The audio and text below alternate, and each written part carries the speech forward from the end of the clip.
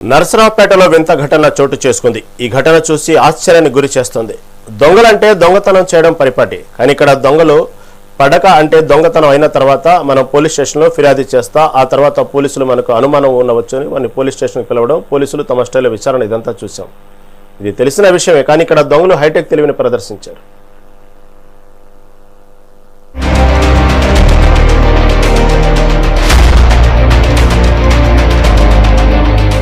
పల్నాడు జిల్లా నర్సరావుపేట పట్టణంలోని ప్రకాష్ నగర్ బాలాజీ అపార్ట్మెంట్స్ లో జరిగిన భారీ దొంగతనం స్థానికంగా సంచలనం సృష్టించింది.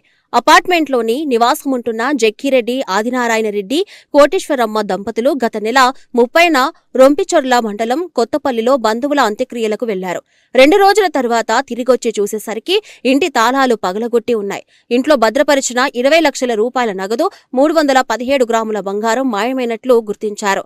బాధితుల ఫిర్యాదు మేరకు 1వ పట్టణ పోలీస్ కేసు నమోదు చేసి సీసీటీవీ ఫుటేజీలు పరిశీలిస్తూ అనుమానితుల కోణంలో విచారణ చేపట్టారు.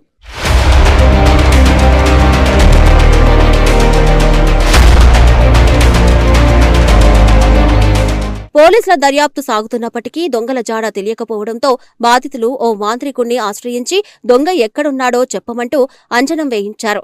మీ అపార్ట్మెంట్లోనే దొంగ ఉన్నాడని ఆ మాంత్రికుడు చెప్పినట్లు సమాచారం. ఆ తర్వాత అనూహ్య పరిణామం చోటు చేసుకుంది. ఓ రోజు తెల్లవారుజామున ఆదినారాయణ ఇంటి బయట ఉన్న షూ స్టాండ్లో 19 లక్షల నగదు ఉన్న ఒక బ్యాగ్ ప్రత్యక్షమైంది. నా వాటా ఇక్కడ పెడుతున్నాను, నాపై ఎలాంటి చేతబడులు చెయ్యొద్దు, నాదే తప్పు అని రాసి ఉన్న లెటర్ కూడా దానితో పాటు ఉంది. పోలీసులు ఆ నగదును స్వాధీనం చేసుకుని వేలిముద్రల కోసం ఫోరెన్సిక్ ల్యాబ్కు పంపారు.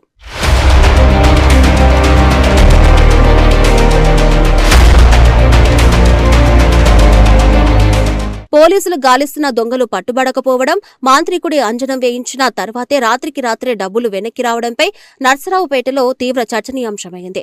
పోలీసుల వైఫల్యంపై సోషల్ మీడియాలో సెటైర్లు పేలుతూ ఉండగా మంత్రాలకు చింతకాయలు రాలుతాయా అంటూ కొందరు మూఢనమ్మకాలను తప్పుబడుతున్నారు.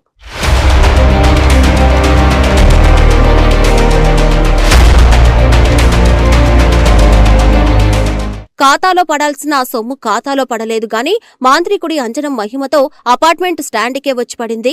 మొత్తానికి కాకీల గాలింపు కంటే బాబాగారి చేతబడులే నర్సరావుపేట దొంగల చేత దేవుడా అనిపించాయంటూ జనం గుసగుసలాడుకుంటున్నారు.